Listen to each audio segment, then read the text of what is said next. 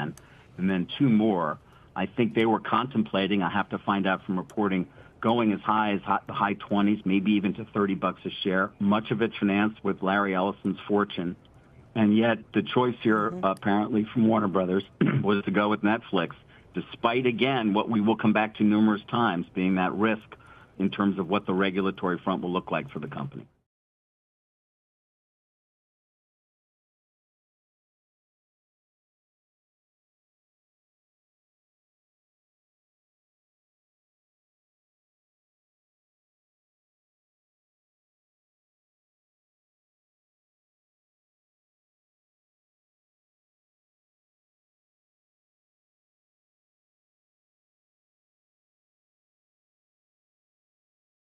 We've got some news. I know go to literally Warner right Brothers, now. We've got some news. I going to go to literally Warner right Brothers, now. The shares are halted. Warner Brothers Discovery shares are halted. So I don't know. It could. I think we are here. It's out. I think we've been waiting for it. Press release is out. Press release is out. And let's explain to the public what's happening here. Not the biggest secret in the world that Netflix. Netflix is the winner. Is the winner, and the deal's done apparently at this point. And the details will be forthcoming, and we'll see whether regulatory muster becomes a problem. I know that at least Warner Brothers is halted at this point. I figure Netflix probably is at this point. Let's see. Following, it will be after, obviously, the separation of some of the cable. Well, you have two deals going on here. So you have that one happened. Netflix is going to be buying the streaming business. $27.75 a share. It says cash and stock for $27.75. And most importantly, on the regulatory side of this deal, if you're looking, the breakup fee is $5.8 billion. More than. So, people have been discussing how regulators would think about this transaction. Right. Equity value, $72 billion. Total enterprise value, $82.7 billion at this point. That's with the debt piece of it. That's with the debt. Right. It is one of the most storied, Warner Brothers, one of the most storied studios and entities in Hollywood, obviously. And it culminates, I guess, with Zaslav able to deliver, I guess you would say, to shareholders at this point of Warner Brothers, a heck of a lot better than $12 or $11 a share. Given where it had fallen to. Given where it had fallen to. The big question on the regulatory side is going to be, the argument effectively here is that if you look at the Paramount transaction, that would have effectively taken out a studio, right? In this case, you're not taking out a studio. That's a big part of the argument. The other argument that Netflix is effectively going to have to make, and Time Warner is going to have to make, or I should say Warner Brothers is going to have to make effectively, is to argue that it's not just looking at the marketplace in the context of streaming itself, but to look at it in the context of time spent online, eyeballs and the like. You're going to have to effectively include YouTube viewing and Amazon Prime and so many others, so that you're not just looking at the paid streaming business. What you looking at there? I'm looking at the cash component is $23.25. $23.25, $4.50 in the shares of Netflix common stock. That comes up to 27.75. There's collars on the shares. There's other. This is going to be a complex. It's going to be a complex deal. And by the way, this is going to be in the regulatory mix for a long time. It could close in a year and a half. That's what I think they would hope that it's able to close. Mm-hmm. Does Zaslav run Warner Brothers, the studio? I'm trying to look through this to find out. What I also don't know is, and this is where the next piece of this comes. Does Paramount try to go hostile?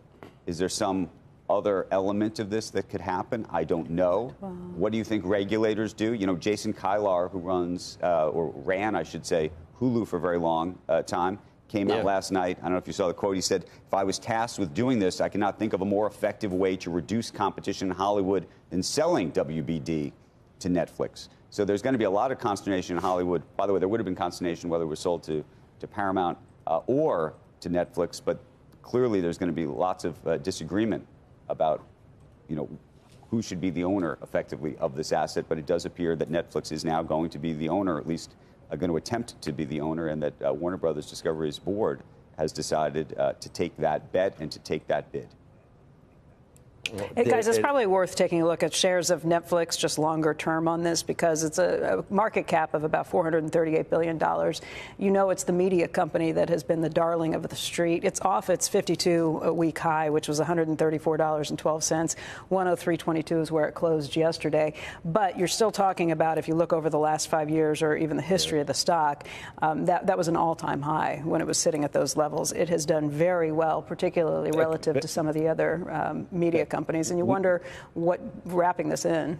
We should point out that they get $2 also approximately from the spinoff of the linear business. So if you want to actually add in it might actually add that back in. Yeah. Come to $29 to $30 in terms of what. Yeah, no, and this is what, look, David had said, David Zaslav had said from the beginning he wanted $30 a share. And it looks like this is effectively arguably a $30 a deal share, if you believe that the spinoff ultimately captures the $2. That $2. Now, some of the arbitrageurs are going to start to do a time value of money on the Netflix portion of this transaction. How long this gets locked up? Can we say how nasty could it get? Because it got nasty already. The letter where they actually they didn't. I don't think Paramount? they mentioned Zaslav by name, but they said that management. Well, look, just in fairness, they sent a letter.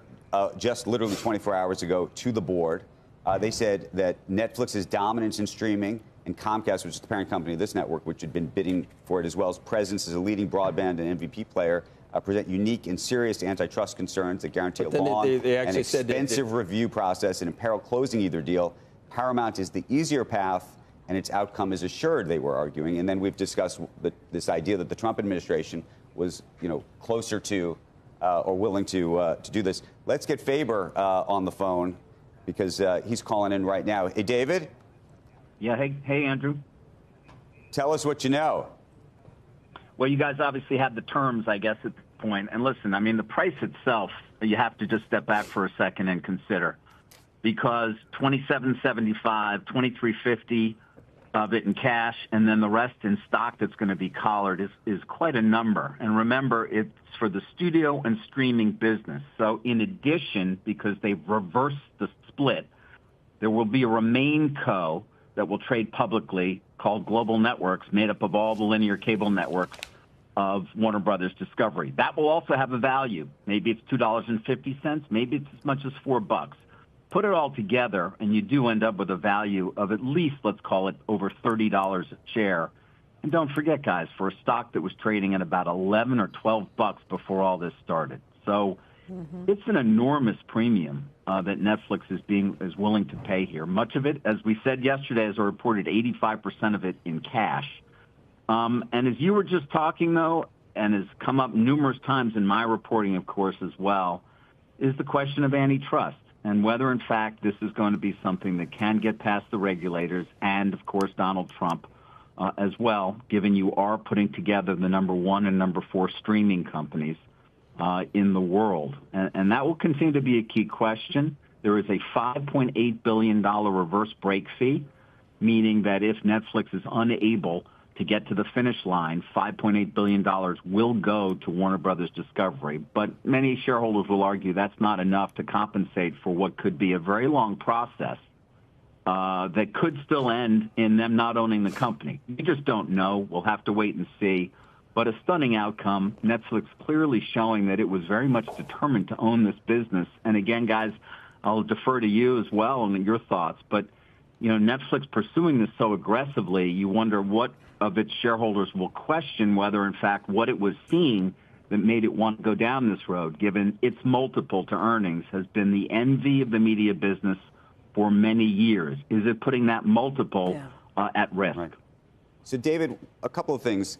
As I was talking to folks around this transaction yesterday, we've heard and there's been reporting that Ted Sarandis had been down to see the president in the White House, that they felt, some assurance that they could actually move ahead with this deal. In part, by the way, my understanding is because CNN and the linear channels are not part of this, and that potentially that might allow, or this administration might look more favorably on this deal because it's not thinking about some of those linear businesses. I don't know if you think that's true, and whether you think that the real impetus for this is that actually so much of the library programming that Warner Brothers has lives or has been sold to Netflix, and they wouldn't have access to that in the future, and the idea that they could actually take down material costs, given that they would obviously now own HBO.